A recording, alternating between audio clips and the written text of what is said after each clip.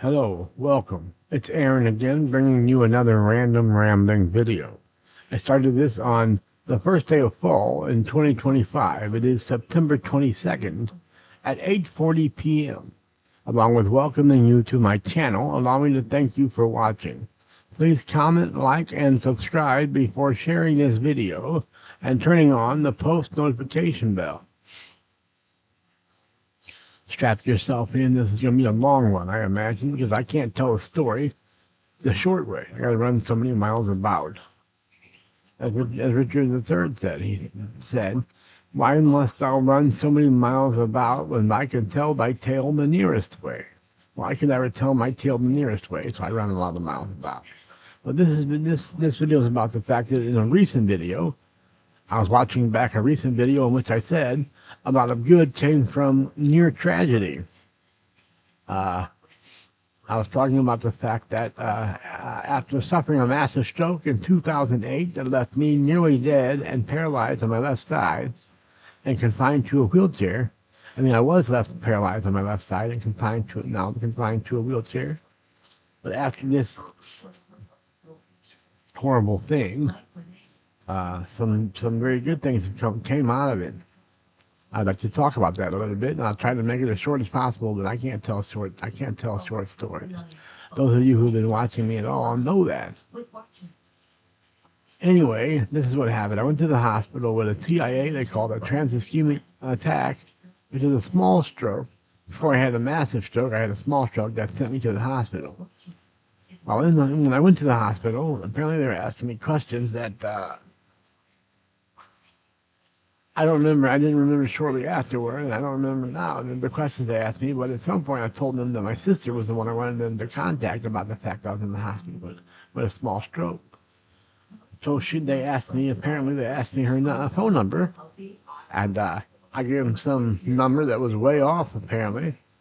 But luckily, my girlfriend, whose number I knew, I had my cell phone, and I called my girlfriend, and she came up, and they asked, and she asked me, apparently, I don't remember, she said, "Have you called Jenna?" I said, "No, but I gave the doctor her number." So she asked the doctor when she saw him, "Have you called his sister yet?" And the doctor explained to her that they tried to call her, but it didn't seem to be the right number. And Christina asked the doctor what number they had, and so she corrected them because she used to have to call me. I'm like the last person on earth that ever got a cell phone. So she used to have to call my sister's house when I was living with her.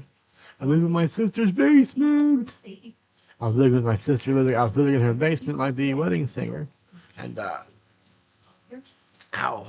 My knee hurts, my foot hurts, and everything else hurts. My butt hurts? No, my butt's fine. It's my foot and my knee. So Christina used to have to get a hold of me by contacting me by calling the landline to my sister's house. That's back when people still had landlines. So she knew the number by heart. She knew it very well. So the doctor said, "Well, he had the wrong number." She said, "Well, what did it give you?"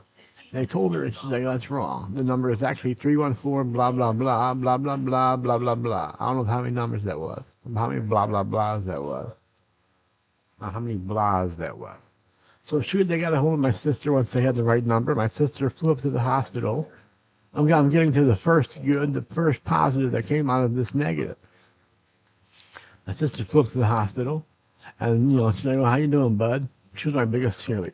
Unfortunately, she's passed. She's like, "How you doing, bud?" I said, "Not so great, Jenna." And she laughed at me for the number that they told her, that they tried to call her at, 314 blah blah blah blah blah blah blah. And she's like, "What number did you give them?" I said, "I don't even know. I don't even remember now." And she's like, "Luckily, Christina was here." And I said, "I know." And so my sister got a hold of my grandmother, whom I hadn't seen in years, because we never had a falling out. We just kind of fell apart. It was my fault because I just stopped going over there and I stopped calling her. I got caught up in a life of not partying, but I got caught up in a pool hall life, which is basically nonstop playing pool and hanging out. And that's what I did for years. And I lost touch with my grandmother. But because of this, my sister got a hold of my grandma and said Aaron's in the hospital, so my grandma's still up there too. And so I got to see my grandma the first time in years, and I was very excited about that. So that's one good thing that came from. I'm on the verge of crying, thinking about all of this. It was very horrific. So it was very stressful time in my life. What happened? This is a result of that. For those who don't know,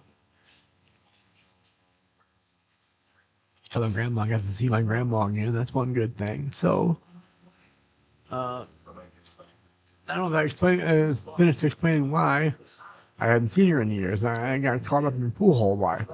After I got out of a relationship, I'm explaining why I got caught up in pool hall life. After I got out of a 6-year relationship with a girl named Lori, I felt all the normal feelings of a breakup from a long relationship. Ow. I felt, some regret, some sadness, some anger, some jealousy, all of those things. But one thing that I didn't expect to feel was just an extreme amount of boredom. I went from living with my best friend and seeing my best friend every day for 6 years to having nobody. Because by then, I hadn't, I hadn't, this is why I hadn't talked to my grandma in years. I'm getting to that's why I started hanging out at the pool hall. I'm getting to that point. But, by that time, Lori had, what's the word? Ostracized all of my friends. Me from all of my friends. I guess that's the right word. Ostracized. I don't know. That sounds right, so I'm going with it. She had ostracized me from all my friends, or ostracized all my friends anyway. So I don't want to hang out with after we broke up. I still talk to my one buddy Chuck, but um, he spent all his time trying to fuck my ex-girlfriend. He would call her and say that Aaron wants you to meet us at this bar or another. So she'd show up where Chuck was, and there was no Aaron because Aaron didn't know about that. And so, but Lori would get a hold of me and say, "Well, where were you last night?" I said, "Home." Why? I said, "Why?" She said, "Oh, because we were supposed to meet up at wherever, whatever bar, Tony's or whatever. I don't know. I don't know any bars named Tony. So I'm just using an example." Like, well, I said, I never agreed to meet up at, and said, well, Chuck called me and said that you wanted to, and I said, let me guess, he tried to hit on you all night, right? And she said, well, yeah. Well, then this wouldn't be the first time I don't know if he ever had sex with her during this time, but it wouldn't be the first time they had sex, for sure.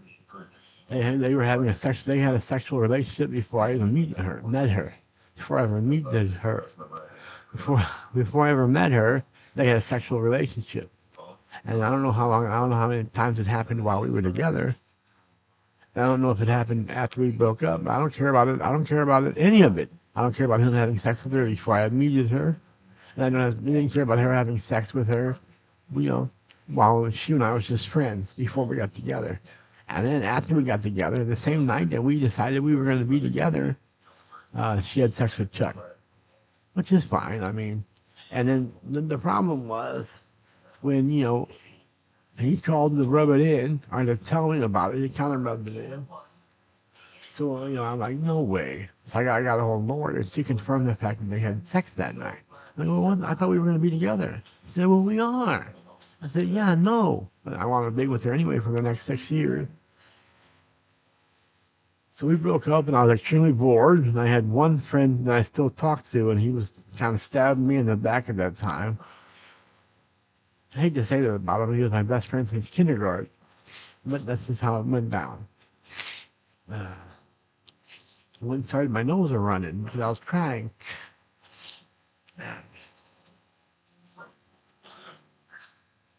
Here we go. Okay. Okay. Yeah. I'm sweating so much, my earbuds are coming. My headphones are getting earbuds. My headphones are coming off. So I'll take them off if that's what they want. Then that's what I'll give them. I was bored and so I decided I'd start hanging out. I wanted to go hang out somewhere, meet some new people, maybe meet a new girl, meet some even guys, just from friends, just do something. I was extremely bored, out of my brain. All I had to do was work.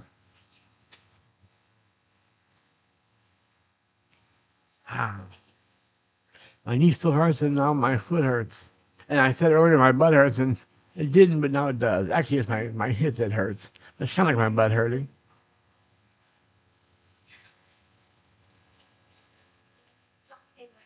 Ah, man, I'm in pain. I'll get to this story. Don't worry. How long has it been? How long has this been going on? Uh, about 10.5 minutes, and I'm gonna lose. I'm gonna lose the audio soon, so I better get to it. I better get through it. I decided I was gonna start hanging out somewhere and try to meet new people, and so I chose a bar, a very popular bar in my area called Mattingly's. And after hanging out there for just a couple of weekends and getting in 3 fights in 2 weekends, I decided that's not the place for me. To be around a bunch of drunks is not the place for me. Drunks are idiots, and I have a temper.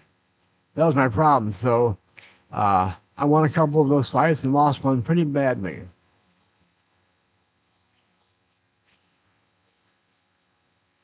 But the two that I won was one-hitter quitters. Night night.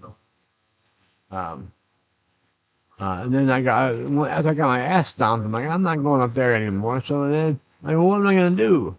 I always loved playing pool. Before I even started pool, I didn't have a passion yet. I developed a passion for pool, but I always enjoyed playing pool. So like, there was a pool hall just down the street from Mattingly's, and just down the street from where I lived as well. It was called Starlight Cafe and Billiards. So I decided I'm going to go hang out there and see if there's less drunks and more people that I can talk to. Little did I know that that would just absolutely change my life. So I started hanging out at Starlight Cafe and Billiards, and I enjoyed playing pool so much. I'm like, fuck it, I'm going to play pool all day. And I stayed all night and all day, and I'm like, they're going to think I'm nuts. Some guy coming in there playing pool all day and then staying all night, and then they're going to think I'm nuts. And I realized that everybody did that. I wasn't the only person. As a matter of fact, if I didn't do that, they would have thought I was nuts. Everybody in the pool hall would hang out and play pool all day. I don't know how any of us survived. Well, I had a job. I had an overnight job, so I could work. I could play pool all day, but I had to leave at some point and go to work. I worked overnight at a gas station at first, and then I worked overnight throwing newspapers. And so I met so many people that I'm still best friends with now.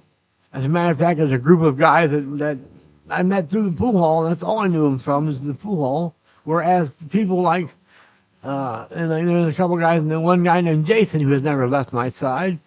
I met him at the pool hall as well. And I got my best friend right now is named Brandon. I met him at the pool hall. Like me, he's a fat cripple. He accused me in a recent comment that I wanted to be like him. I think he wants to be like me. Well, no, he did it first, so apparently I'm copying off of him. He did it first.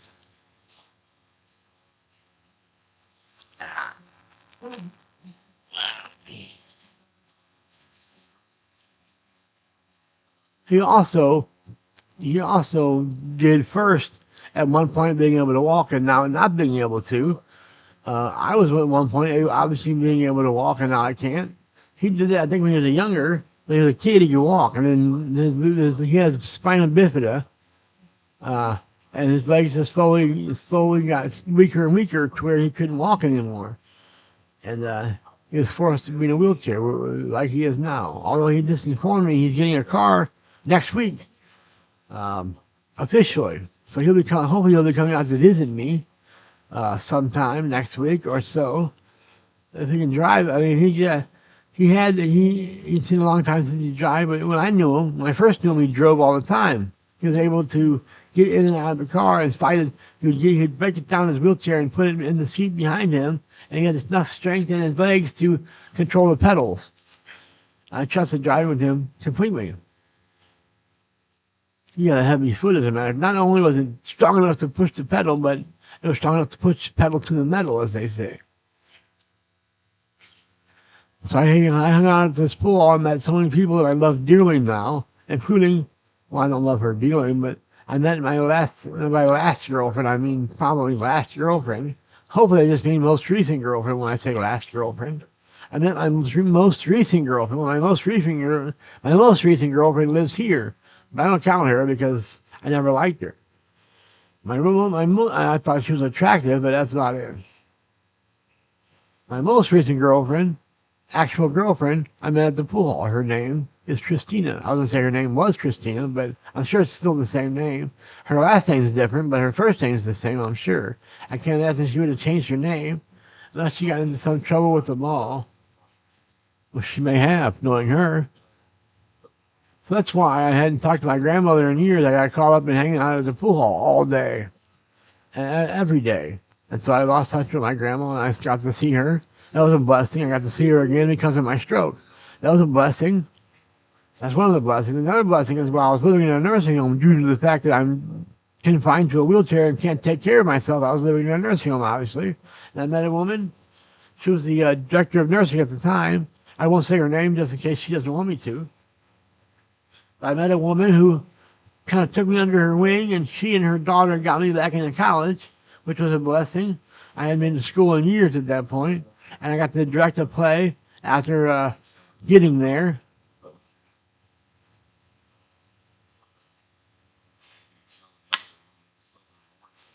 Something else I have a passion for, directing and acting in live theater. Something I've done since I was in fifth grade. Well, I've acted since I was in fifth grade.